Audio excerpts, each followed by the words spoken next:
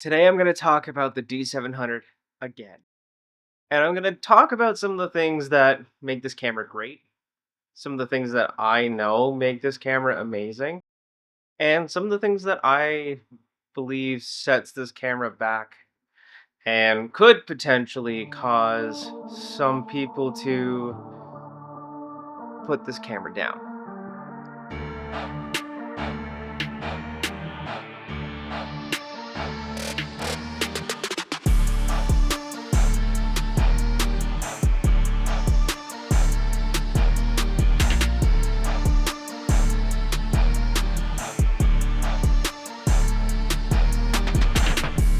This is my personal D700 right here, and I have been using this since I started as a professional photographer.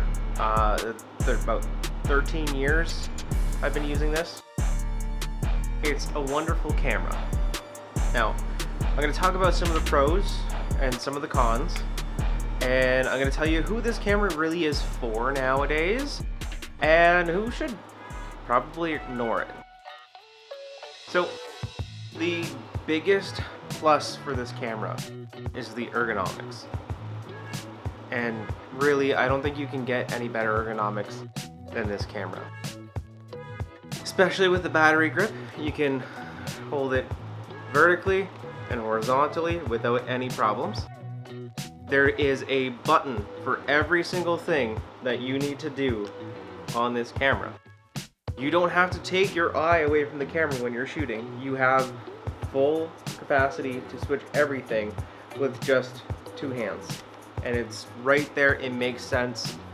Super easy to shoot with.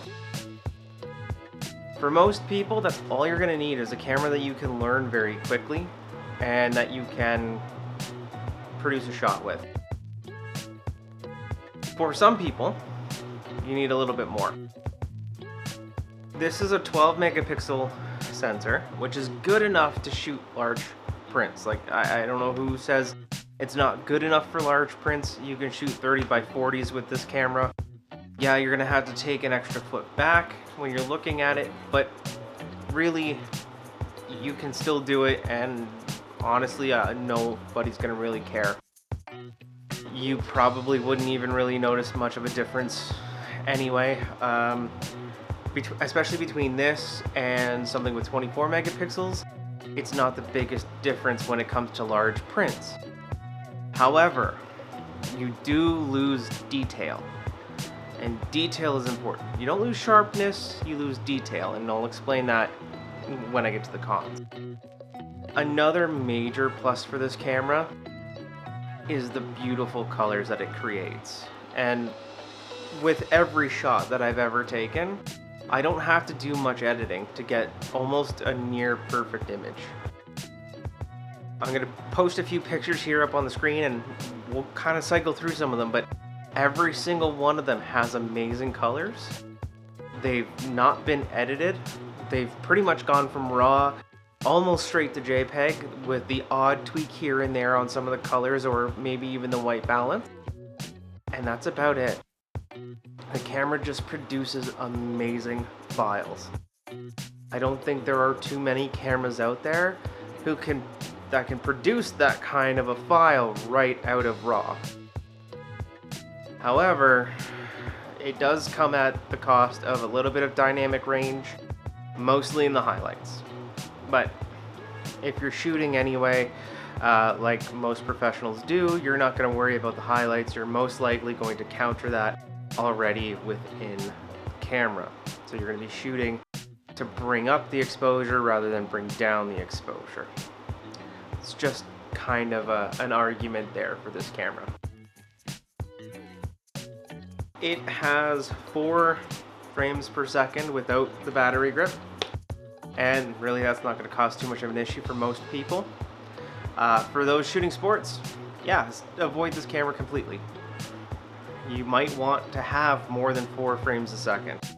Some sports photographers really honestly just want maybe 6, 7, 9, somewhere around there.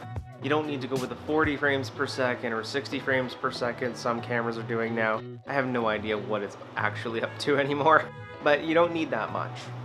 That's kind of against most photographers' wishes, really. A major downside to this camera, though, is there's no video function. Unfortunately, in today's world, video is getting very important. And video is something that I started doing because I noticed a need for it. People don't just want to see your photos online, they want to talk to you. They want you to talk to them. They want to see your personality. They want you to show how you can react in certain situations. And a lot of people want to see behind the scenes stuff nowadays, and you can't capture that with this. However, you can with your phone. So if you're okay using your phone, no problem. I don't think this camera's going to hold you back. Now, the big thing that holds me back with this camera, and a big reason why I upgraded it, is detail. Now, the better your lens, the more it's going to help this case. The more light you bring into your photo, the more it's going to help its case.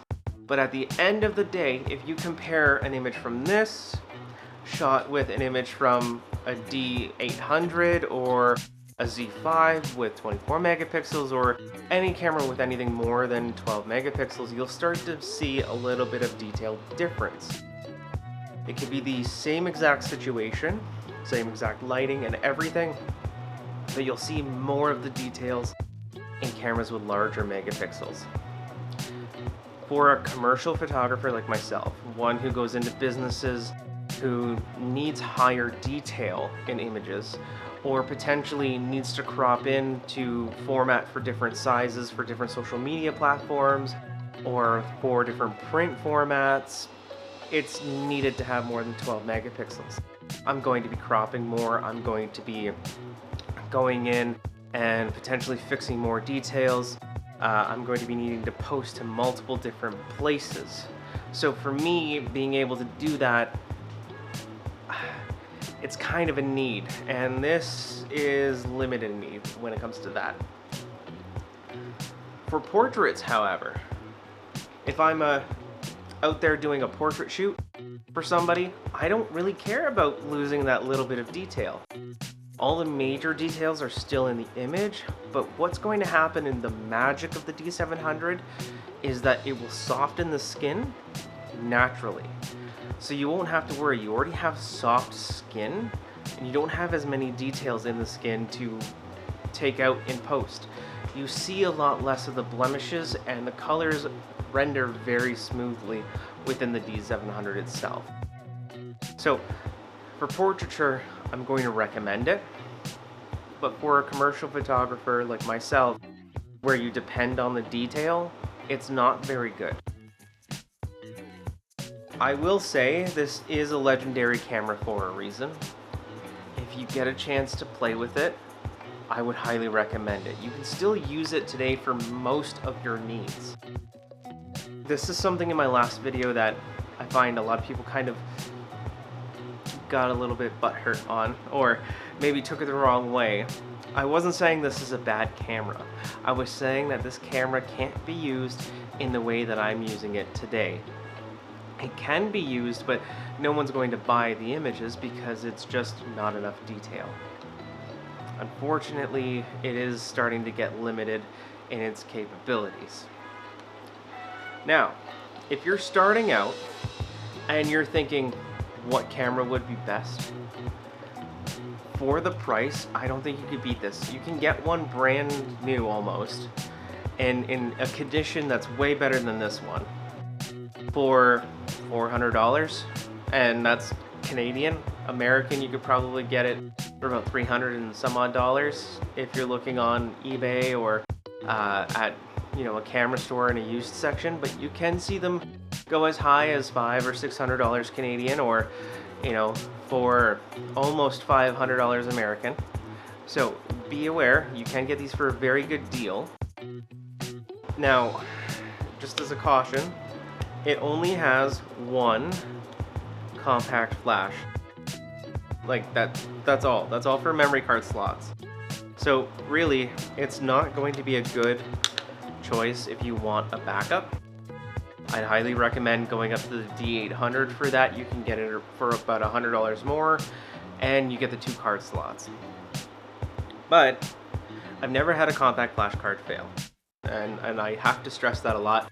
I've never had a compact flash card fail, and this does amazing for weddings. The autofocus is very, very good, and it rarely misses.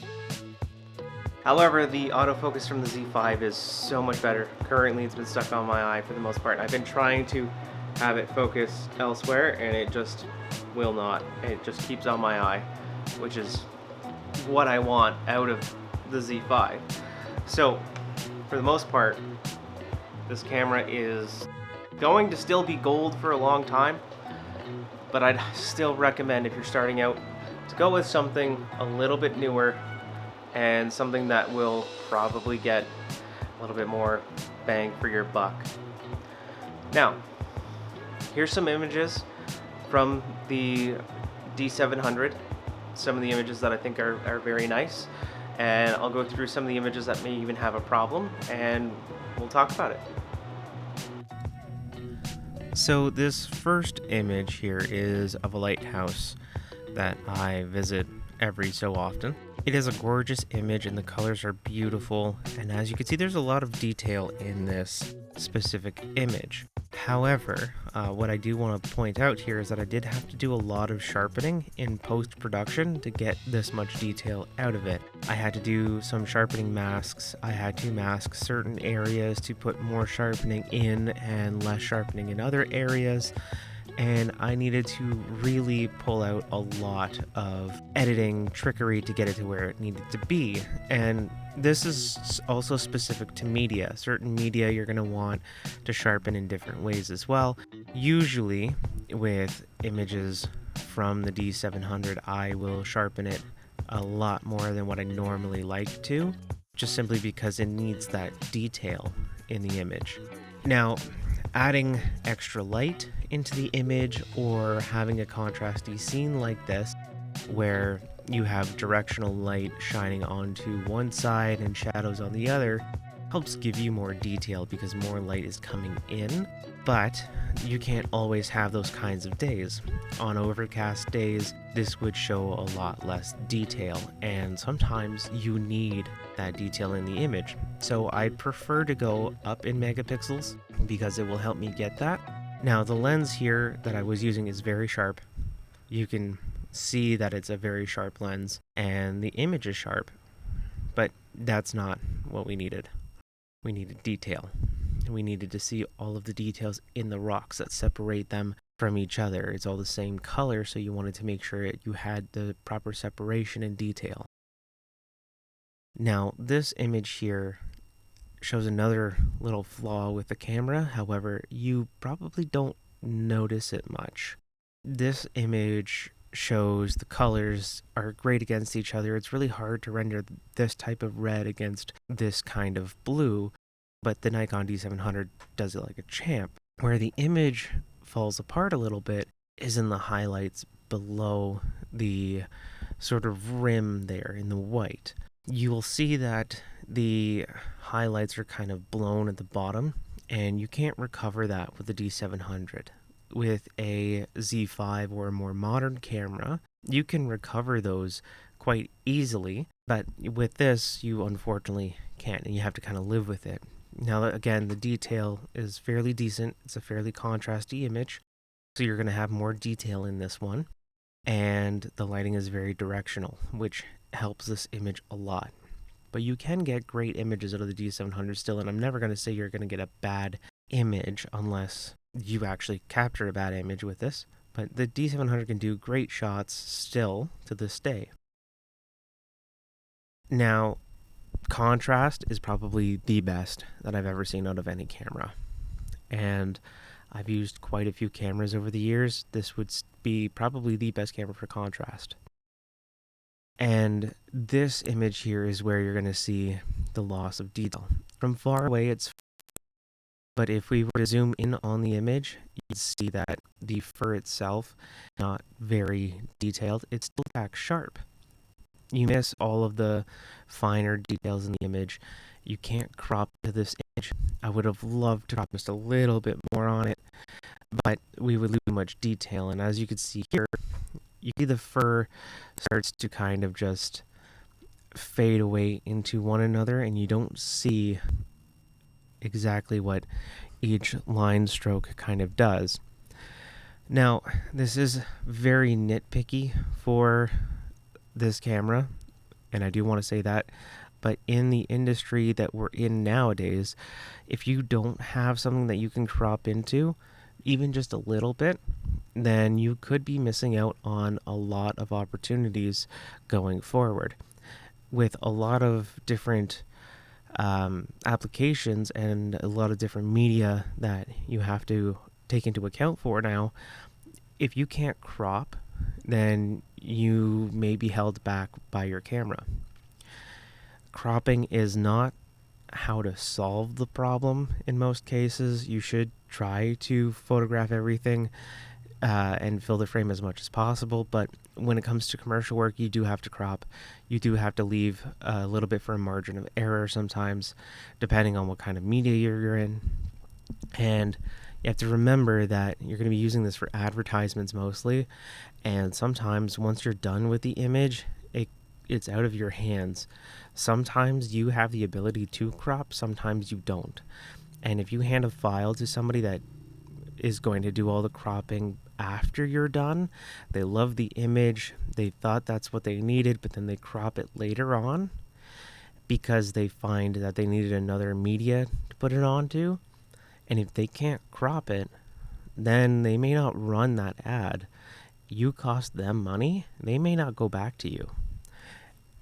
That's kind of where we're at with this camera. It's one of those things where sometimes it can be limiting, and it's not even the camera's fault. It's not your fault. Sometimes it's just what the customer wants and what the client wants, and you have to unfortunately upgrade your gear sometimes to get there. Now, like I said, the camera is still phenomenal. I still love the camera very much. I still use it for a lot of my personal work and a lot of other things, but it is limited. All right. Well, thanks for watching, guys, and I hope you enjoy the video. If you could please click the subscribe button, hit the bell icon to follow me for more of my videos, and when they get out there, I would really appreciate it. So far, the channel has been doing better than I thought, and I hope it continues.